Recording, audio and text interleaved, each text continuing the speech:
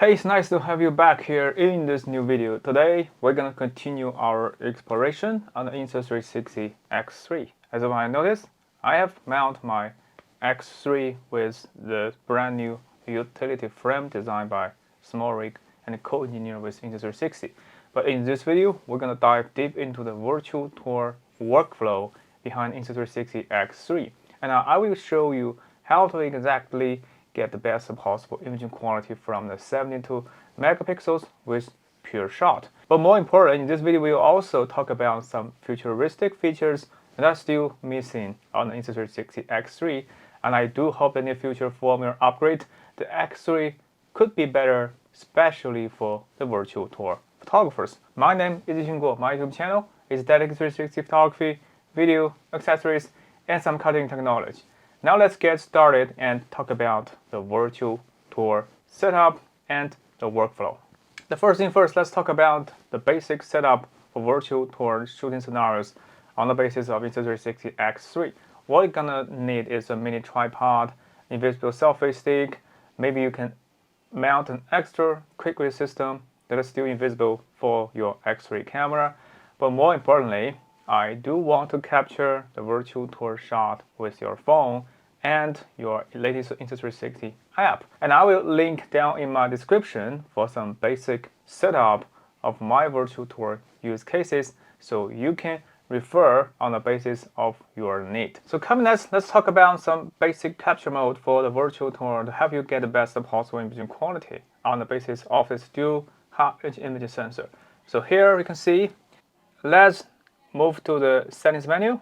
Now we can capture a photo, or let's take a look at capture photo or HDR photo or interval.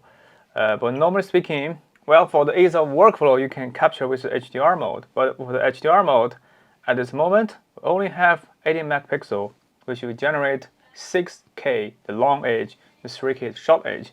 So the resolution is not that great, but overall you can get the Pureshot HDR, which is pretty insane for the dual 1-inch imaging sensor for the 1RS modular system. But for X3, just capturing HDR mode will not help you get the best possible quality, especially when you want to get ultimate imaging quality. That is where you need some tricks I will show you later on. But for the HDR mode, and you can also get to see some bracket numbers 3, 5, 7, or 9, and you can also select the white balance, and you can also enable the Pureshot. That is to say, you can capture up to 9 shots in bracket. So next one, I'm going to share with you my alternative solution to help you capture 72 megapixels in HDR and help you get all the settings for the HDR capture. Well, the answer is quite easy. Just capture in normal photo mode. In the photo mode, don't ever press the shutter button, because each time when you press the shutter button, the camera will shake. And this time, I will rather use my Insta360 application on my Android and iOS to capture the multi-capture of this shot. It's quite unique and user-friendly to capture with your X3. And in the live preview section, well, open this photo mode. In this photo mode, you get to see the basic settings, this timer, and this auto mode. Switch back to the manual mode, and press the ISO settings to 100, because with HDR stack and merge, better capture every shot at the lowest ISO of your image sensor to get the ultimate quality. This is exactly what Z1 did with their firmware and software. Okay, so far so good. Next one, let's change the shutter speed, because with the X3, the aperture will be fixed to generate the bracket shot. Only change the exposure setting on the basis of 1/32. Now you can see it's quite dark in my YouTube studio. So I will first try to 2 second, with a 2-second exposure to help you get the overall this live preview of my internal shot. So this one will help you get the overall the best possible detail in the dark shadow area. And if you wire this connect with your phone, you can stop the timer, just capture every shot with a single tap on the button. And never forget to change the settings into 72 megapixel and the pure shot. So the pure shot will help you get the best possible quality. Next one is to press the shutter button and to wait for the camera to automatically capture a single shot. And that's when you can manually lower down the exposure to get the EV. Maybe this one you get EV plus 4, and you can lower down exposure to get EV plus 3, EV plus 1, EV 0, and EV all the way down to EV minus 4. So with a manually captured HDR shot with your app, you can bracket whatever you want. And I also have a bonus tip to share with you that if you precisely select exposure, you can capture all dynamic range within 4 shots. And that is the reason why the CDD1 only used 4 exposure to stack and merge on this HDR rendering pipeline. So if you can calculate the dynamic range very precise, you can get all the details within 4 exposure. So actually, a manually captured bracket will save you even more time and efforts, and save you more space, and get equivalent the final quality. So next one, you can lower down exposure to 2 seconds. Now we can capture at, maybe we don't have to capture 1 second, you can capture at half second to get overall image quality for the mid-tone. And you can capture with this shot. For the virtual tour photographers, there are no moving parts in your room, so you can capture whatever you want. But here, for demonstration purposes, I am talking to the camera and I'm moving around, so maybe it's not an ideal shot for the HDR technology. And next one, you can export for the highlight to bring back all details in overexposed areas. So here in this shot, you can see now I get the best possible detail in my screen. This is my live preview screen for my full frame camera. Let's capture the shot. And last shot, I'm gonna expose for my key light. We are on the top of my studio. You get to see the key light is quite bright. This time, if you want to get the best detail of this key light, what you're gonna get is to lower down exposure. You can see lower down, maybe 1/60 second, but still you can see the grid lines of my key light. Capture this shot. Okay, now we have captured all the details in only 4 shots. And next one, let's go to Studio software to automatically stack and merge all this shot and export with Pureshot technology. But overall, you cannot enjoy this manually HDR stack and merge workflow on your mobile platform. So this is really a pity if you want to presume the ultimate quality. But never mind, the studio workflow is also very unique and it's very user-friendly. And later on, I would like to share with you the easy workflow that you can get on the PC or Mac. Okay, now I have already opened up my Adobe Bridge, the software to preview several of our previous shots in the virtual tour, the beautiful hotel room. Here you can see I have captured all this shot with single pure shot in the DNG format. I have captured with manual exposure. As you might have noticed, the raw DNG file will be saved at up and down format, while the ISP, the JPEG file, will be saved at left and right circular fisheye format. So to speak, what we want is to get the best possible quality. So we will going to manipulate on the raw DNG file. But for the Insta360 Studio software, we only stage the native raw DNG file. So here to speak, we can preview our shot, but next step, we are jump out to the Studio software and directly stage on the basis of all this raw DNG file. So, okay, now we have directly drag and drop in Studio software, and we automatically generate this raw DNG file. But here to speak, from this shot, this is a single raw DNG file. So what I'm going to do is to multi-select all these files. I'm going to multi-select all these files and hit on export directly. And here, I will not click on automatic horizon leveling because I have guaranteed that before our shooting, the camera will be perfect or at the perfect horizon line, so I can maintain the different magnetic exposure with exactly the same horizon line. And I'm going to export into this folder, the subfolder.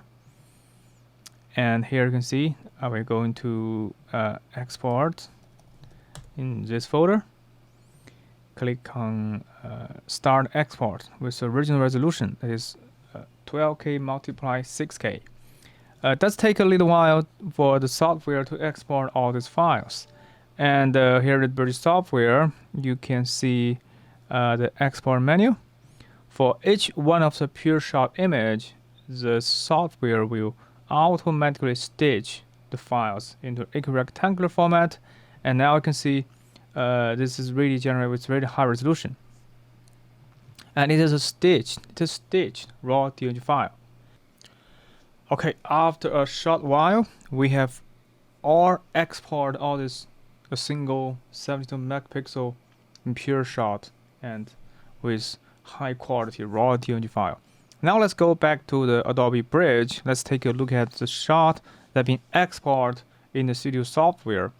Here you can see the Pureshot will automatically generate a raw as well as a high quality JPEG file. If you want to get the best possible quality and with the fastest workflow, you can use one of the JPEG file. You might be satisfied. But for me, next one, here's the tricky part. Here's the tricky part, ladies and gentlemen. Let's take a look at all these raw files. You can see for a single shot is 409.8 megabytes. It's huge. And it comes with 40-bit color depths. You know, it's quite unique. Okay, this 1, 2, 3. This 1, 2, 3. I think this 3 shot will actually be quite unique for this shot.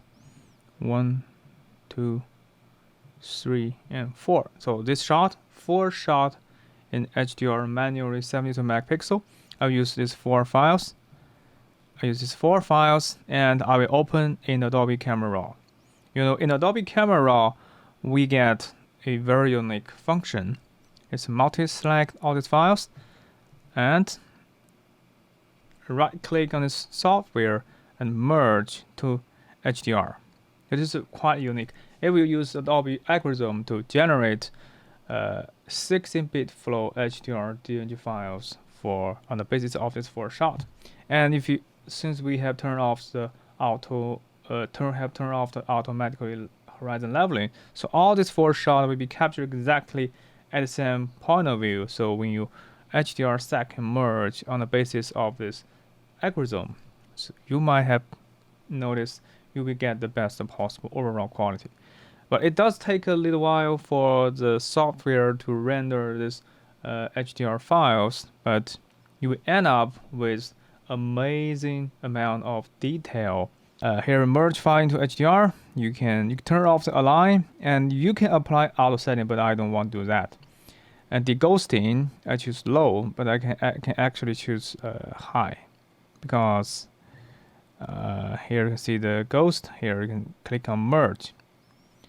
When you click on merge, you can save as a new files. That is 40-bit color depths will be export in the 60-bit float HDR DNG format into exactly the folder.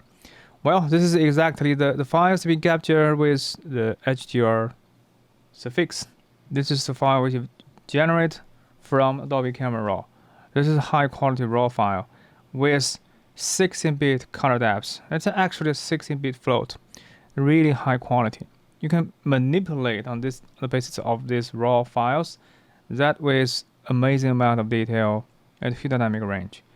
Well, you can select auto. You see all the details.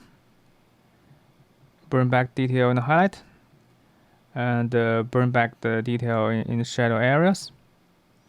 And all of them have been stitched in the studio software. You see that, and it works flawlessly. You can barely notice the noise. Do you see that? You can barely notice the noise. Even though you push the level of the exposure, you will not see any noise. That is exactly the magic of this HDR5 format. Well, to get it more texture, more detail, you can boost the texture a little bit, and sometimes I think this color temperature works just not that great. I think this is pretty unique, pretty good for this scenarios, and I think the large amount of details works pretty insane. The file size is huge. The resolution is just gorgeous. And export in the full resolution. Do you see that? Save as JPEG with 71.6 megapixels. And you can export with the best possible quality and click on save. This is the workflow. I mean this is the workflow. You can also apply my preset. And if you are one of the Affinity Photo users, things got even easier. The Affinity Photo will help you stack and merge in the software, and you can use some of the preset to make your overall looking more vivid and vibrant. Okay, so far so good. This is the basic workflow. If you just want to manually shot 72 megapixel in HDR and get the best possible quality. This is the workflow. This is the end of the demonstration. I think you might be pretty amazed by the final quality.